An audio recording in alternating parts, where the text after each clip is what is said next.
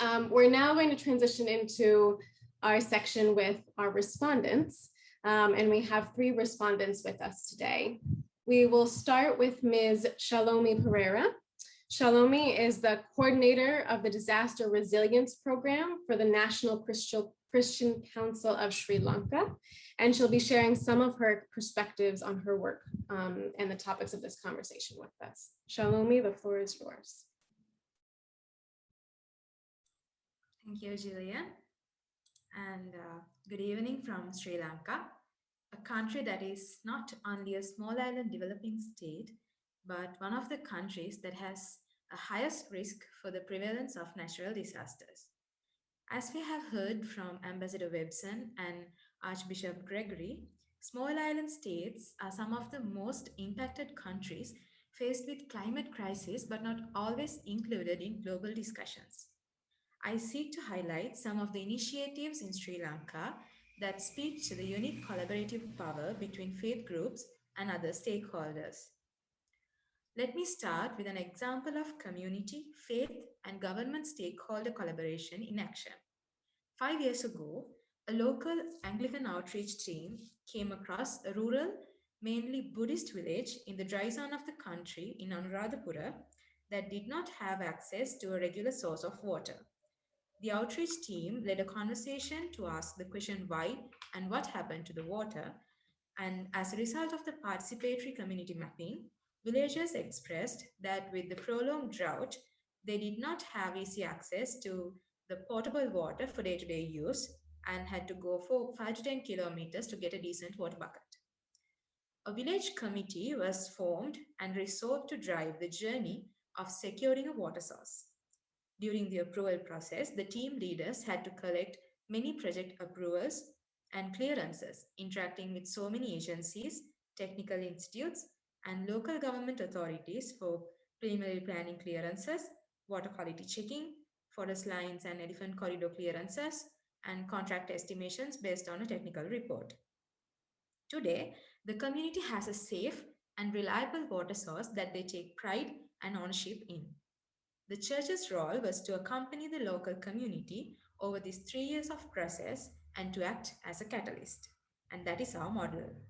As we saw in the video earlier, building on the strengths and experiences from the South Asian tsunami in 2004 and the 30 years of ethnic war that ended in 2009, the Anglican Church built a core group of leaders in the diocese who were trained over an 18-month of curriculum to respond and to manage disasters that occur in their region. A few years later, as the success of the Anglican program became more visible in how the church was responding to recurring floods, this project was expanded to the National Christian Council at their request to include 13 different denominations throughout our country to build regional disaster regional ecumenical committees. Each of the regional committees now exist are representatives of the diversity in their communities and serve all regardless of their religion, race, or caste. The program has been growing over time to adopt different contextual, technical, and humanitarian standards in order to improve project efficiency and effectiveness. And now there are 8 regional disaster management committees covering 6 high-risk provinces in the country. As a part of this ongoing annual work plan, each of the committees commit to engage with at least 2 target villages on implementing a disaster resilience project. Activities are a mix of preparedness, response, or mitigation. And current activities include harnessing the trusted presence in isolated areas to identify the vulnerable, or using parish halls to stockpile and distribute relief supplies, or mobilizing amongst others, and youth groups to engage in hazard mapping to identify evacuation routes and safe spaces, or linking with the government on early warning systems.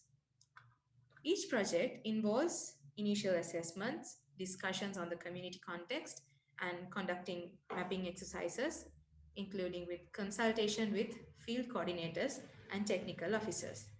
And also, each project has to ensure sustainability with community participation in every possible stage of the project, and the coordination with the Disaster Management Center and other authorities to assess feasibility and proper standards. I will end with another example. During last year's pandemic outbreak, all these regional committees were able to implement a relief assistance project successfully with the support of all these partnering agencies and different community level stakeholders, including local public health authorities for COVID prevention. This activity was critically supported over hundreds of daily wage labor earners who became financially vulnerable during that time due to lockdown regulations. And as a church based organization, we are so proud that more than 60% of the total beneficiaries are from non Christian background. And as we continue to build resilience, our team of different faiths and beliefs are called to help each other as one family always. Thank you. Thank you, Shalomi. This is an excellent example of how participatory community mapping, regional disaster committees, all these very concrete partnerships and collaborations make a real difference for communities and for people's lives. So thank you for sharing your experience from your context. Now I